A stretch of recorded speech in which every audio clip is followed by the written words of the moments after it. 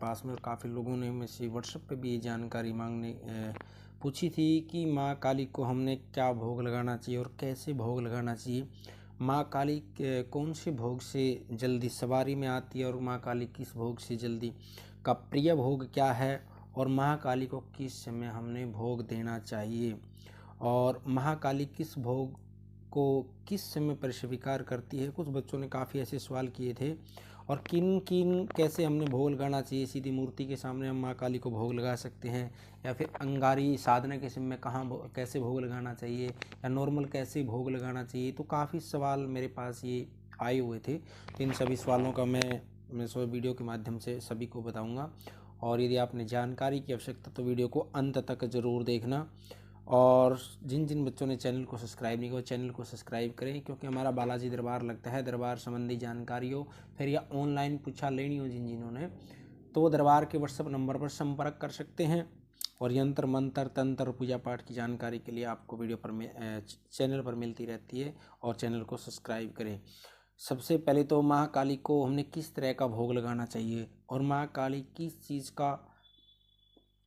चीज़ के भोग से प्रसन्न होती है, और सबसे प्रिय भोग क्या है माँ काली का, और किसको स्वीकार करती है। कैसे कैसे हमने भोग के प्रसाद के साथ में क्या हम लौंग के जोड़े का भोग दे सकते हैं। लौंग के जोड़े का भोग हमने क्यों देना चाहिए, और मीठा पान किस समय लगाना चाहिए।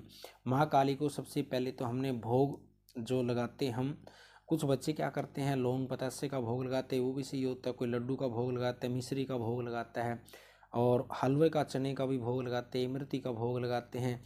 लेकिन माँ काली को जो सबसे प्रिय भोग है, और वो भोग है माँ को पान और पेड़े का भोग। और यदि आप पान पेड़े का भोग लगातार नहीं दे सकते, जैसे पान पेड़े का भोग हमने माँ काली को शनिवार को लगाना चाहिए, मंगलवार को लगाना चाहिए।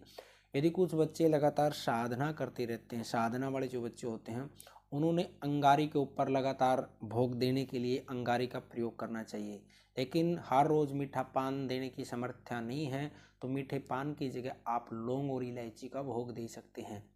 पेड़े के साथ में लौंग और इलायची का भोग दे सकते हैं, लौंग और इलायची का भोग दे सकते हैं। और कोई विशेष मनोकामना को लेकर कर रहे हैं, फिर साधना कर रहे हैं, तो उसमें एक लौंग के जोड़े का भोग अवश्य दें, क्योंकि लौंग के जोड़े का जो भोग दिया जाता है माँ भगवती को कोई विशेष कामना को लेकर ही दिया जाता है, विशेष मनोकामना को लेकर ही लौंग के जोड़े का भोग दिया जाता है।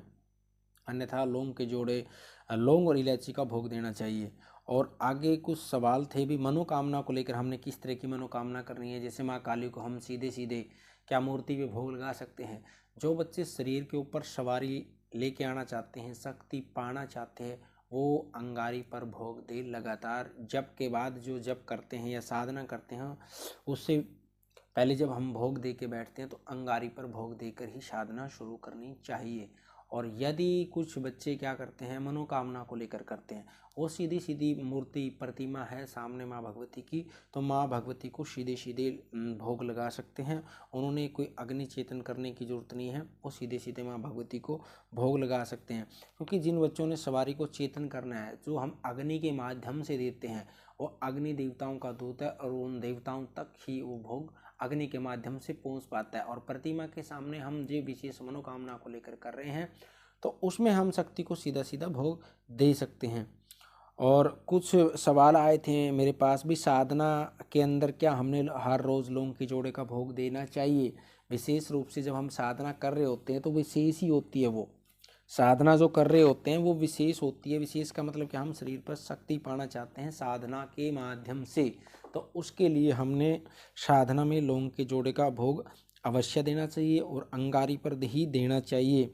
और आगे क्या है, जैसे हम माँ काली को भोग दे रहे हैं, तो उसके साथ में हमने किन किन देवताओं को, किन शक्तियों को भोग देना चाहिए, ये मैं आपको अगले वीडियो में बताऊंगा। आज के वीडियो में इतना ही काफ़ी। जो शक्ति हमारे पास क्यों रुक जाती है, क्योंकि अन्य देवताओं को जब हम भोग नहीं देते, उनके कारण भी ये शक्तियाँ, साधना करने के बाद भी शक्तियाँ हमारे पास प्राप्त नहीं हो पाती, शक्ति ना आ पाती। लेकिन वो कौन सी देवी हैं, जो देवता है जो अन्य साधना के बाद भी शक्ति को रोक देते हैं, मैं उसकी जानकारी आपको अगली वीडियो में दूंगा।